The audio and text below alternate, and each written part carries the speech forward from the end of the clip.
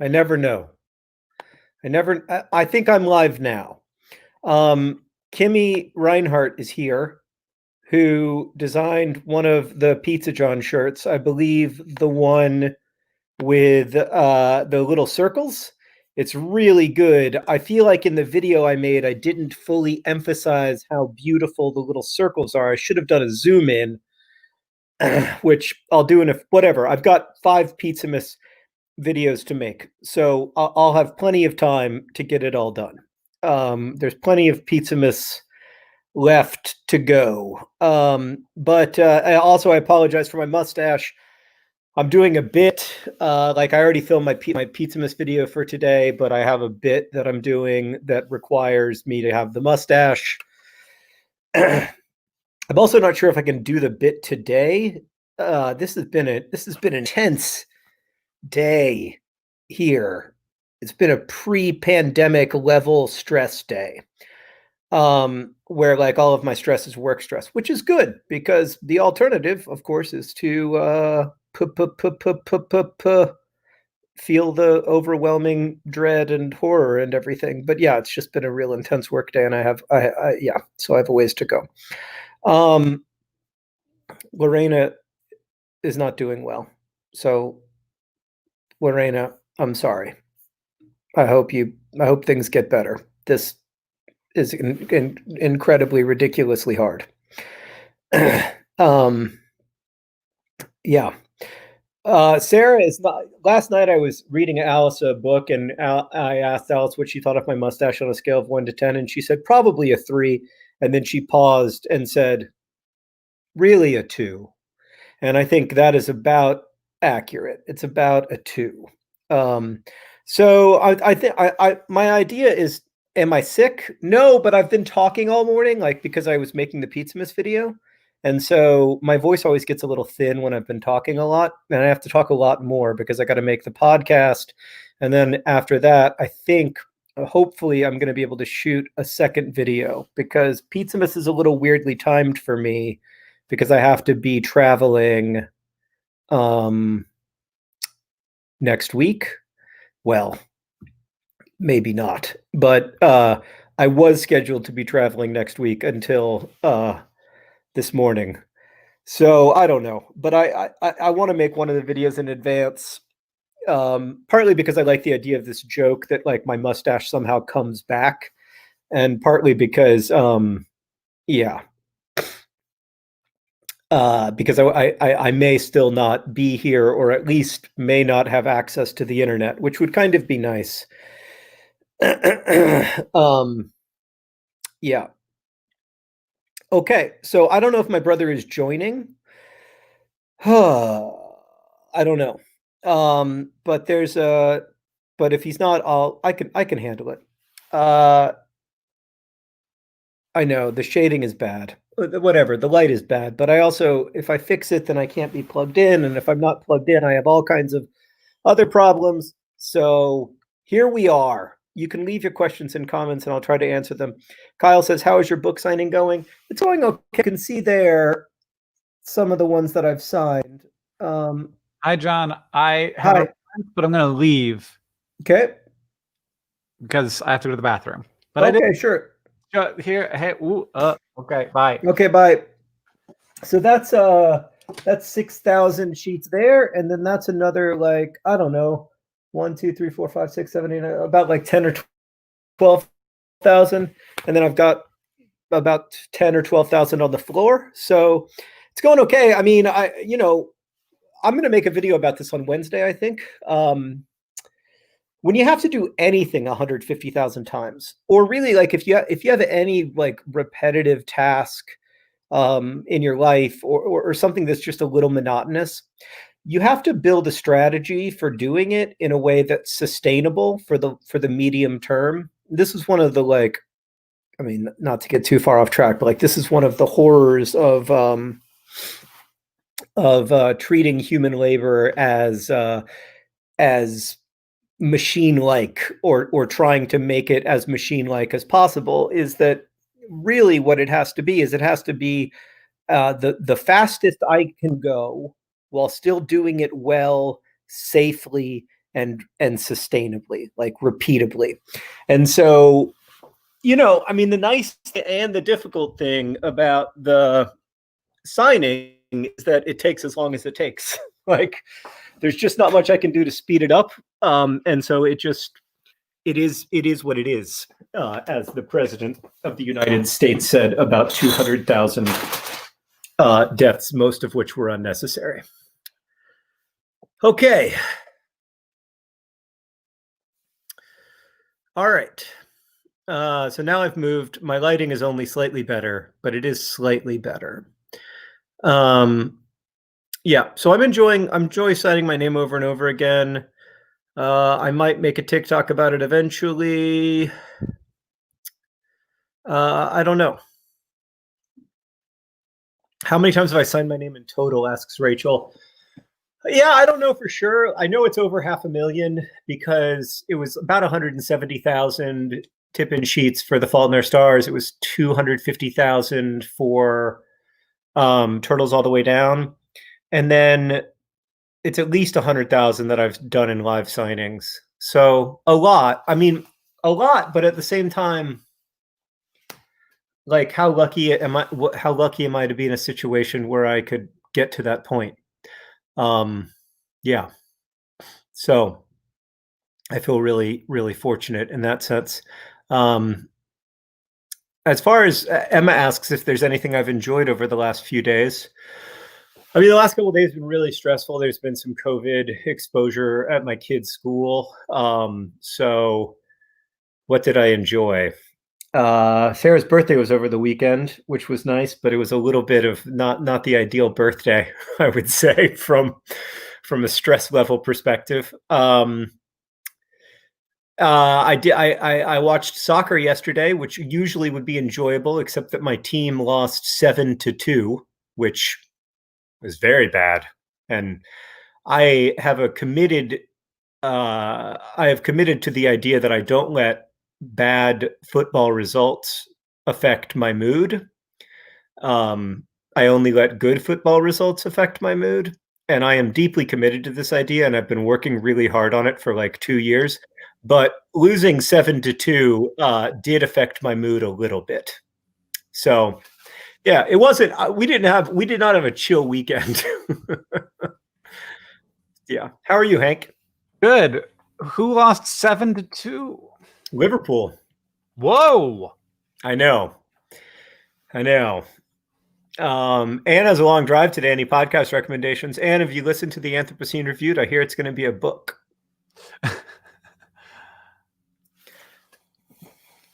Hank, do you have any podcasts you've been enjoying? My Brother and Me is always good. It's the best brothers podcast. It's always, yes. I've been listening to that. What have I been listening to? I've just been listening to the news, John. I have to be honest. Yeah, it was a pretty intense news weekend. I mean, it was weird because, there was obviously the news of the president having COVID and all of the uncertainty because, in the United States, we actually have a pretty long history of official deceitfulness around the health of the president. Yeah. Like, it's been going on for a long time. Yeah, it's interesting. Really... Like the television show that's about like the good president, The West Wing, also dealt with this, where the president was sick and like not telling anyone for a long time out of illness. Yeah, because it's it's extensively precedented in American history. Yeah, but it does mean that, like, combined with the general instability that comes with a populist leader who doesn't have a grounding in really much other than populism, it means that you don't know what you can trust, which makes you want more information. Like, you want to find out more, which means you're constantly refreshing, which, of course, like, from the perspective of Twitter and Facebook and Reddit, they're thinking like, oh, this person we should make them feel this way more often, because that increases their session time and it increases the number of users we have. Yep. Yeah. I mean, it's wild to have listened to 2 episodes of The Daily, which is the New York Times podcast, that basically said the exact same thing. And I was like, wow, these were like really 3 days apart, huh? And they are the same episode, except with like, you know, slightly different details, but like ultimately we don't know. And it's weird.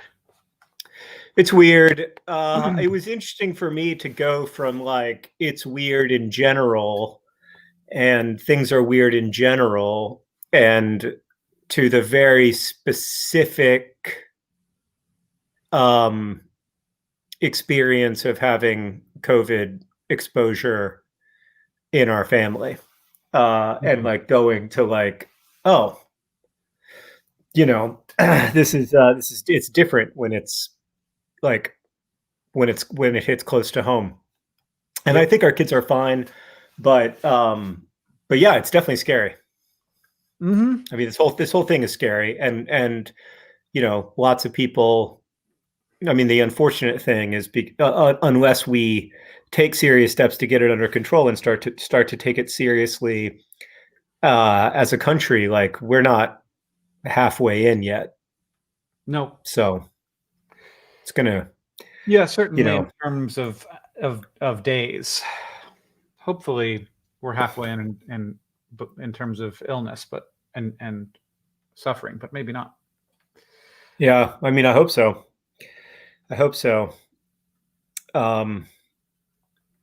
Yeah, I mean, who knows, but it doesn't do any good to have despair. It's not productive. No. So yeah, and I am excited about Pizzamas, even though it's never well timed, but like I do not have time to make 5 videos in the next 10 days. But I on the other hand, like at least it's a way of distracting me. Yeah. Well, yes. Yeah. I mean, there's a bunch of stuff that like I have to do. But there's also a bunch of stuff that I was able to be like, I'm not doing that. So. Good for you, man. What aren't you doing? I'm not doing SciShow shoot. Not doing 1 episode of Tangents. I think someone's knocking on my door. Okay. Well, you want to go answer that? It might have just, yeah. That's a little weird. Dun dun dun. Let us know if everything's okay. Why did he just disappear? Oh, geez. That doesn't do much to tamp down my anxiety. He's back. What happened? Maybe it was a bird. I don't know. It was a bird. It was a bird. Oh, well, that made everyone anxious, including me, to see you suddenly disappear like that. But here you're back. Everything's fine. Romanov asks if this is how we record Dear Hank and John. No, we're on the phone, and we have microphones, and we talk into the microphones, and then Tuna syncs it up, so it appears that yeah. I mean, whereas this, we're just talking into our computers. Even this isn't synced. I recorded with the McElroys, and they use a piece of software that, and I was like, we should try this, but I haven't. This bit was like 3 months ago now, but there appears to be no lag. So I'll do 3, 2, 1, start, John, and people can see how far apart we are. 3, 2, 1, start. So for me, John, for John, that sounded exactly right. For me, sounded great. Like about a second late, which is about what it's like on the phone. Right. And so there is a way to not have that happen. It's just that when we use podcast software, it's always just a little crackly and crinkly, which is not a problem the McElroys have. But anyway, we're doing our best. The other thing you got to remember is that John is old, and as such, like I don't do well with new technologies. Like I remember thinking I never want to become that person who can't adjust to new technologies. But I became that person when I was like 28. I didn't even wait till I was a middle-aged man. Yeah. I mean, the thing about technologies is that ultimately they are social. That's something that I didn't get when I was like, gosh, just learn how to use the thing, Papa. But like, it wasn't like it's like, you know, when you're first, if phones didn't exist and then you were like, okay, talk on the phone, it'd be like, there's a bunch of stuff I don't know about that. Yeah. I don't know how Totally. people talk on the phone. I don't know what people say when they pick up the phone. I don't know how you begin a conversation. I don't know how to talk to a person I'm not looking at. Like all that stuff would be entirely right. Yeah, I mean, I don't know. I don't know the solutions to any of those problems. I feel like I can accept the world as it is, and live in this world. I think I like. Yeah, you get to a point with technology where you think like, all I have to really do is get to the end. Not to make it too morbid, but like, I just have to know enough to like get to 30 or 40 years from now. Yeah. And like not be in the situation that our grandfather was in when he like just couldn't do email. Yeah. Well, it says my dad is 63 and has managed to keep up on technology just by trying, which is also true for our dad, actually. Yeah. Who is 70 and is, he's not on TikTok. I will say that. He's not on TikTok, but like, I could see him. He would be. Like I could see him getting on TikTok if it were interesting to him. Yeah, I mean, I think that Mike Green would be a great TikToker. Lots of chicken content. I don't know that he'd be great, but yeah, he'd be fine. You're a very good TikToker. I mean, it's impressive. It's at once like impressive to me, and I also feel like I'm watching you. I very much feel like I'm watching you in your Tumblr. Like I'm watching you. The first person to make that analogy in an environment where you're the kind of like cool older uncle, and like really deeply welcomed. For now. But you do go into it with a different set of experiences. Like you go into it, one, like having seen other people's experiences, but you also go into it like you have a pretty good innate sense of when you're no longer welcome at the party. Yeah, I mean, I have that sense. It's not really innate. It is earned. I spend a ton of time sort of like gauging that. I look at my mentions on TikTok. Yeah. See it. And like there are people who are like, oh, Hank Green's on my FYP again. And I'm like, just paying attention until that gets to be like 25% of what I'm seeing, and then I'm out. Then you're done. It's over. Like, and that's fine. Yeah. Oh, Margaret asks, did we get the Pizza John maternity photos? And we did. Rosianna sent them to us, and they're amazing. I haven't seen them. You haven't seen the Pizza John mask with the very pregnant person? Oh, maybe I have. Oh God, they're so good. They're funny and weird and very creepy. It's good. Tasia says, you bless my For You page. Please don't leave. Which is the thing though, like there's a point where like your fans still want you on the platform, but the public doesn't want you on the platform. And I didn't understand that that's when you have to go. Like I was like, oh, but I'm not here for you. Like I'm here for these people who like me and like my work. And what I eventually realized was like, that's not what it's about. Well, it also depends on Tumblr was such it was so imagined by some people as being monolithic. It wasn't, but there were some people who imagined that it had a monolithic culture and that something that was opposed, that was popular on Tumblr, that was opposed to what the culture that they imagined was, that was very threatening almost to them. But it was a whole thing.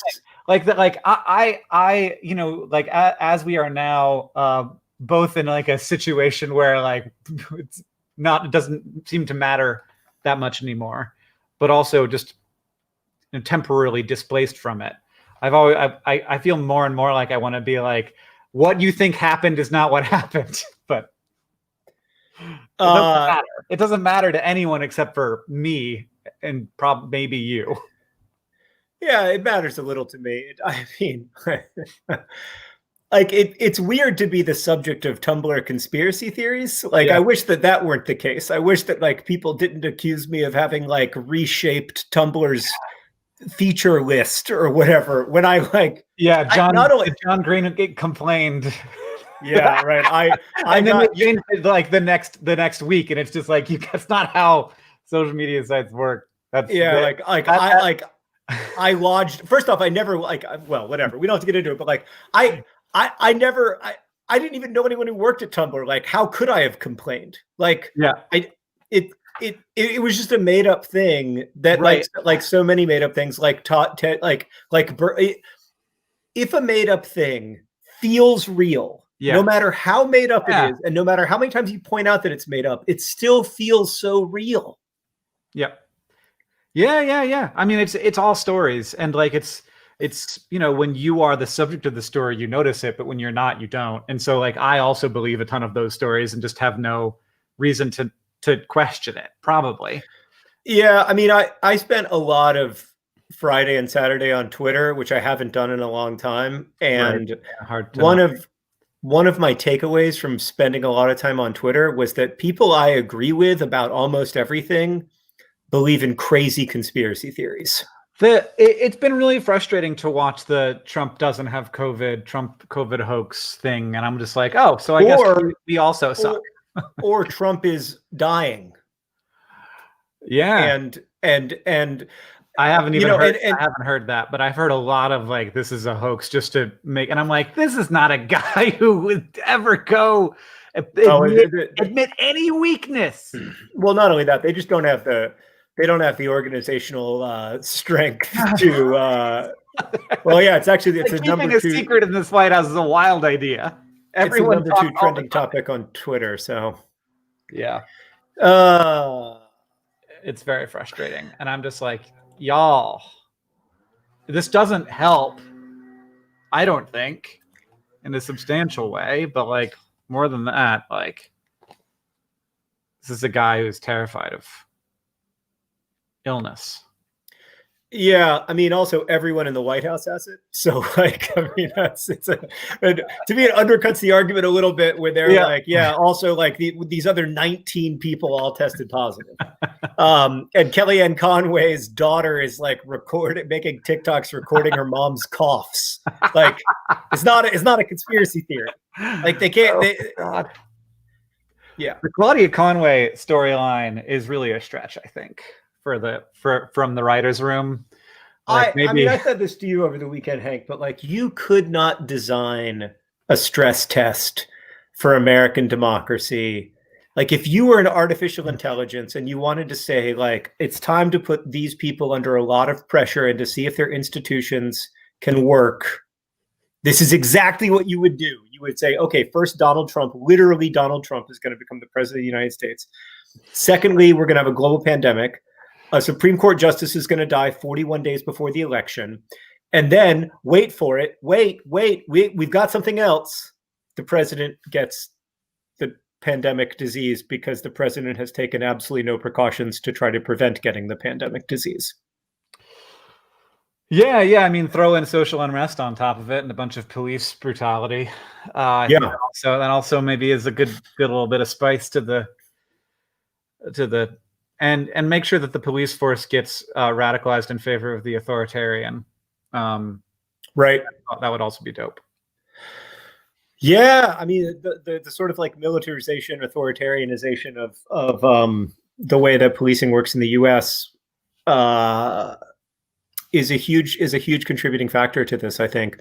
But it's coming in a lot of different directions, and that's creating a lot of uncertainty. And when there's an environment of uncertainty, this happens. Like I keep thinking back to the Ebola crisis in West Africa, and people were making fun of people in Sierra Leone and Liberia for believing in these Ebola-related conspiracy theories, either that it was a disease released from the West that was developed in a lab, or that it didn't really exist and it was just the government trying to tamp down certain kinds of responses to governance.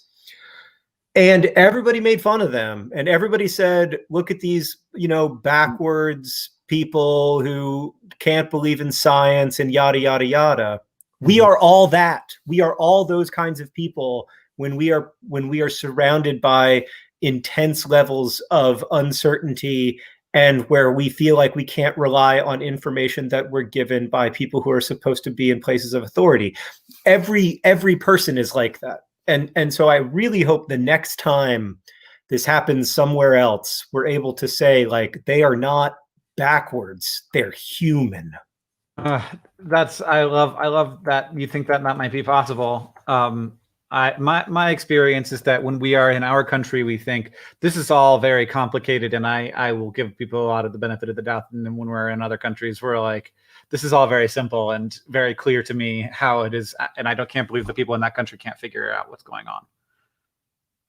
Yeah, I don't know. Maybe it's inherent. Maybe, but I think over time I actually think over time we have narrowed the empathy gap between us and them. If you think about what was happening in 1950 or even 1989, if you think about 1989, the way that the United States and countries in Western Europe interacted with impoverished nations, it wasn't like post-colonial, it was colonial. And not only that, like it, life expectancy was declining dramatically because nobody was making any effort to do anything about the uncontrolled spread of HIV and tuberculosis. Mm-hmm. That is different now. And I think it's different partly because like the world is getting smaller in terms of its communication. So I don't mean to sound like Pollyanna-ish in my hope, but like I do think there's cause for optimism in the broadest sense. Okay. I'm with you there. I think that the line is not straight, but the line does move in a particular direction over time. There's a lot of people in comments who are either teachers or librarians, and it sucks right now. Yeah. Yeah. I feel really bad for the teachers at my kids' schools. I think it's just so hard. I don't know. It's hard if you're doing e-learning, and it's hard if you're doing in-person learning. It's just super, super stressful to be having to make these really difficult choices every day. It just sucks. Mm-hmm. Yeah. And also the uncertainty. It's complex. You don't know what the right thing to do is. You often disagree with the people who are making the decisions about what the right thing to do is. But more than anything, you don't know what's going to happen next week. And it's very hard to live in a world where you don't know what's going to happen next week. When the thing that you don't know what's going to happen is your career, but also a big part of your identity and like what you want to do in the world and the effect you want to have in the world. The certainty that I have is that they're like schools and teachers and libraries aren't going away, and that 5 years from now, all of those people will be doing things as valuably or more valuably than they were before. Yeah, it's just I mean, nobody knows how long this is going to last. No, and that makes it. That makes it really hard to plan. It makes it hard to like. By the way, do you want to see the most? There's a lot of weird Pizzamas shit this year, if I can curse. But this is the weird. It looks so good on you. It really fits your face very well, almost as if it's your face. Yeah, that's the best thing. That we are selling this year. We made that happen. It was a lot. I was like, there's no way we're going to make that happen. But there it is. How much are they? Are they expensive? I don't know how much they are. You're looking. It doesn't have the little nose thing that I like, but it's nose bridge. It's excellent. It's $21. That's a lot of money. It's for charity. It's a lot of money for a gag gift, but I guess it is for charity.